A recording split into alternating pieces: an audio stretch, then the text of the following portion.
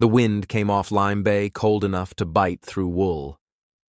In the gray before dawn, American LSTS pushed east along the English coast, with bow doors chained and tank decks crowded with trucks, bulldozers, and men on ammunition boxes. It was April 28, 1944, the second night of Exercise Tiger, a full-dress rehearsal for Utah Beach. Behind them, a cruiser would fire live shells over Slapton Sands. Ahead, signal lamps blinked from escorts while the convoy held radio silence so tight that orders moved by gesture more than voice. The column, code-named T4, was built of fat-bellied ships meant to hit a beach, drop a ramp, and disgorge war. They were slow. Destroyers were supposed to guard them, but one had been pulled after a collision, and another never arrived. The Royal Navy corvette HMS Azalea kept station, her crew watching radar and sea, while the American skippers kept to the track. The lesson for the day was discipline. The night brought something else. Just after 1:30 a.m., light pricked the southern horizon. German S-boats from Cherbourg slipped between patrol lines and found the convoy.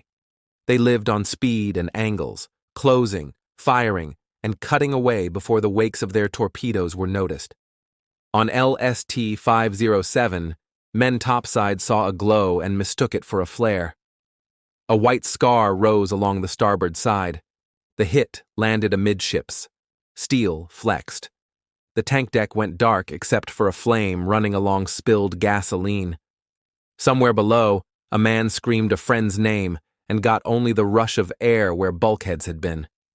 The order to abandon ship came late and had to be shouted from station to station through smoke. LST 531 tried to turn out of column and took 2 hits. She folded in the center. Men woke into water waist deep and a darkness cut by failing flashlights. A sailor found a ladder by touch and forced others up ahead of him until the light died and cold took his hands.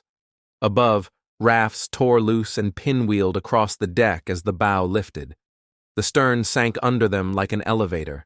Men who rode it down surfaced into burning patches of fuel and had to choose flame or cold.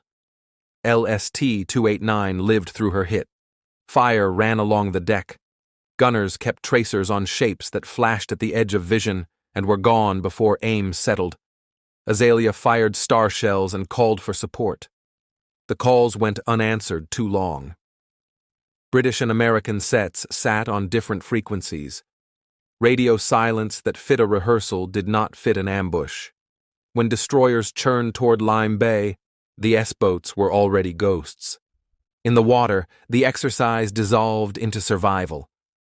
Soldiers had been issued life belts with little instruction. Many wore them around the waist. When they jumped with packs and rifles, the buoyancy flipped them face down. Others leaped with boots tied together and hanging from their necks to save them for the beach. The boots dragged them under. The water was near freezing. A man could swim for minutes, talk for fewer, and then breathe in seawater as muscles locked. The sea filled with lifebelts, cork rafts, crates, and oil. A coxswain leaned over a rail with a hook and hauled until his arms shook, and still he left men he could not reach.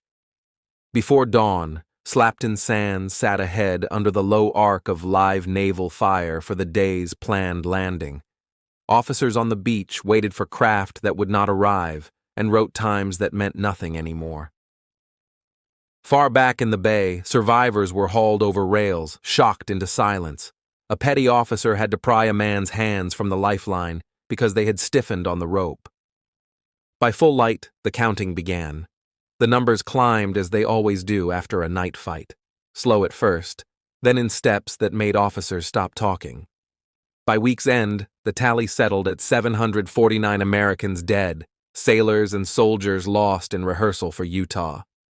Some drowned within reach of lines because crews could not pull that much weight, that fast against the cold.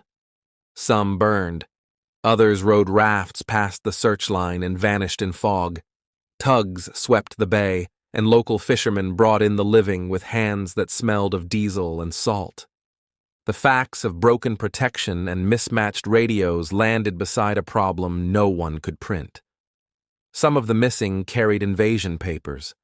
If German sailors recovered plans from a corpse, the cost would run far beyond Lime Bay. Commanders ordered roll calls of every officer cleared for high-level documents. Bodies brought to shore were checked before burial. When all names tied to sensitive materials were accounted for, the fear eased, but the silence stayed. There had already been casualties before the ambush. On the previous morning, a timing error during the live fire phase sent shells from the bombardment ship across sections of beach still occupied by troops. Smoke, delays, and a rigid timetable turned training into chaos for minutes that felt longer. Range was corrected and the pattern lifted, but the damage and anger remained. Men who had crossed an ocean to practice for a beachhead had already seen friendly fragments before enemy torpedoes arrived. Families learned in careful phrases. Telegrams reached American towns that had never heard of Slapton or Lime Bay. Killed by enemy action, the slips read, true enough without revealing the rehearsal. Nurses in Devon, who had rinsed diesel from hair and salt from wounds, wrote that practice had become war for a few hours.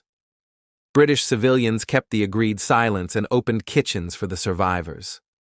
After-action orders were practical. Convoys bound for Normandy adopted a single set of radio procedures. More escorts rode herd on the LSTs. Survival training was rewritten to show exactly where a life belt must sit and exactly how it will kill a man if it sits lower. Channel defenses were reminded that German light craft would not respect the calendar. The Navy rechecked call signs. The Army rehearsed again and refused to let the week's fear control the next month's job. In June, the invasion sailed. Some of the same crews who had hauled men from Lime Bay carried soldiers to a real beach with real mines and machine gun fire. They kept the silence of April and the lesson it had bought and did their work. Security held. Newspapers printed the landings in France. They did not print Exercise Tiger. The story lived quietly in ship messes and hospital wards, then in declassified reports heavy with tables and times. The dead had their names set in stone in cemeteries they never meant to see. On the pebbled arc of the Devon shore, a rusted American tank pulled from the bay sits on a plinth as a local monument. Visitors rest a hand on the steel and read the small plaque. Wind lifts the map from their fingers, and the sea looks ordinary again. What happened in Lime Bay was not an abstract mishap.